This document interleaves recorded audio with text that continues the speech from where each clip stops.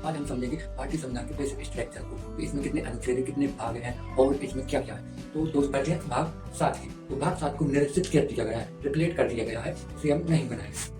निरसित कर दिया गया है, रिप्लेट कर दिया गया है भाग 7 को, तो हमें इसको नहीं पढ़ना है। अब बात करते हैं भाग 8 को भाग 8 संघ राज्य। भाग 8 में हम पढ़ेंगे संघ राज्य क्षेत्र के बारे में, जिसे 239 से 242 अनुच्छेद में दर्शाया गया है। और फिर बात करते हैं भाग 9। भाग 9 कहता है पंचायत के बारे में। पंचायत क्या होती है इसके बारे में हमारा भाग 9 बताता है, और इसे हम पढ़ेंगे 243 से 243 ओ तक। भाग 9 का बताता है नगर पालिका के बारे में कि नगर पालिका कैसे चलती है, क्या कैसे बनती है, इसे हम पढ़ेंगे 243 पी से 243 जेड जी तक। और भाग 9 खा बताता है सहकारी सोसाइटी के बारे में, जिसे हम अनुच्छेद 243 जेड एच से पढ़ेंगे 243 जेड टी तक। और हमारा भाग 10 बताता है अनुसूचित और जनजाति क्षेत्र। अनुसूचित और जनजाति क्षेत्र के बारे में हमारा भाग 10 बात करता है, और इसे हम पढ़ेंगे अनुच्छेद 244 से 244 ए तक। तो अब बात करते हैं भाग 11 की संघ और राज्यों के बीच संबंध। संघ और राज्यों के बीच संबंध के बारे में हमारा भाग 11 बात करता है। इसे हम 2 अध्यायों में विभाजित किया गया है। जिसमें पहला अध्याय विधायी संबंध। विधायी संबंध क्या होते हैं इसे हम पढ़ेंगे 245 से 255 में, अनुच्छेद 245 से 255 में। और अध्याय 2 बात करता है प्रशासनिक संबंध के बारे में। अध्याय 2 बात करता है प्रशासनिक संबंध के बारे में, इसे हम पढ़ेंगे अनुच्छेद 256 से 263 तक।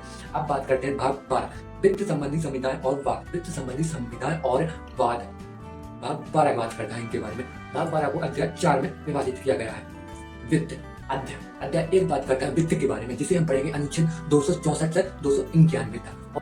अध्याय 2 बात करता है उधार लेने के बारे में। अध्याय 2 बात करता है हमारा, इसे पढ़ेंगे अनुच्छेद 292 से अनुच्छेद 293 तक। इन 2 अनुच्छेदों में हम बात करेंगे उधार लेने की। अध्याय 3 कहता है संपत्ति, संविधाएं, अधिकार, दायित्व, बाध्यताएं और वाद के बारे में बात करता है हमारा अध्याय 3।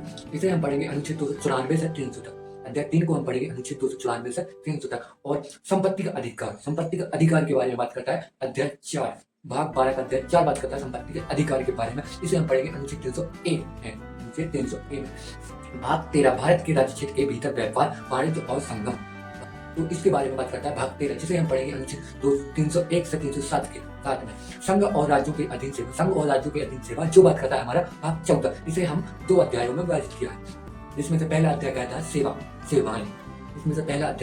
सेवाएं, जिसे हम पढ़ेंगे अनुच्छेद 308 से अनुच्छेद 314 तक। और लोक सेवा आयोग को हमारा अध्याय 2 बताता है, जिसे हम पढ़ेंगे अनुच्छेद 315 से अनुच्छेद 323 में।